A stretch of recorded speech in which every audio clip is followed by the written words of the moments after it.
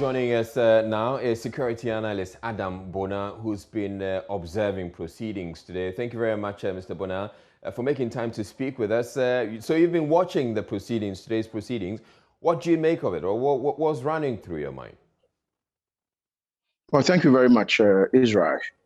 What is running through my mind has to do with the fact that the committee could have done a better job today. Day one, I had, a lot of expectations of the committee, especially when I have, I believe that those of us who advocate for good security and safety in this country would be proud to have none other person than one of our colleagues, Professor Vladimir Ejura on the committee.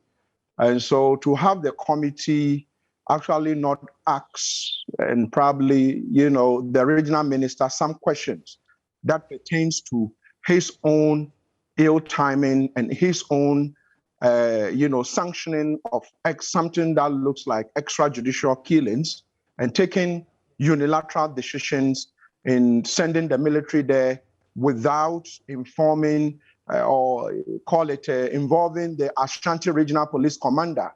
We know that the police is, by the law, are supposed to be in the forefront of internal security.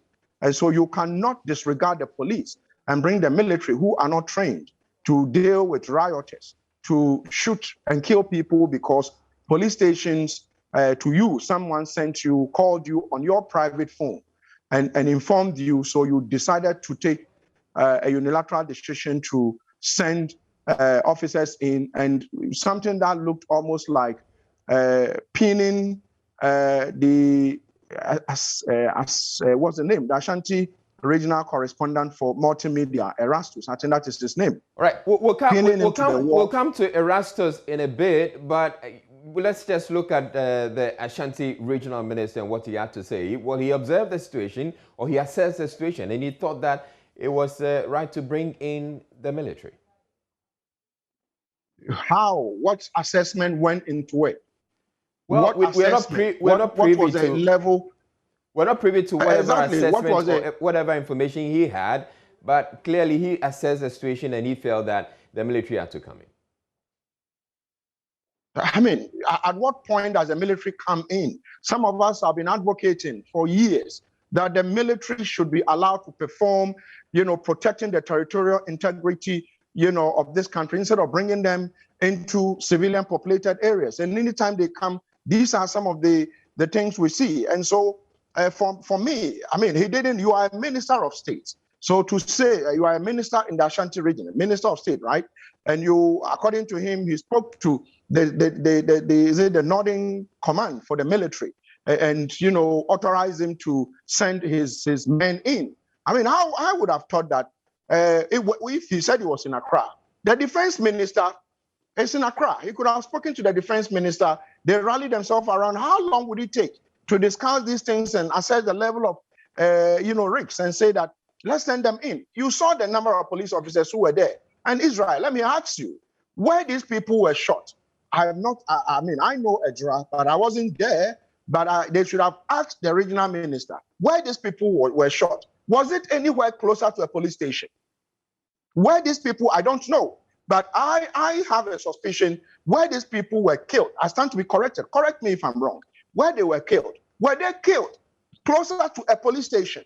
If they were killed far away from a police station, then I would say that, you know what this man has done, the regional minister, I mean, he's not fit. He doesn't have the emotional intelligence to, superintend over a big region such as Ashanti region. And remember, as I was 7, it was under his reign that 7 able men were shot at and paraded as criminals. And a committee report exonerated them.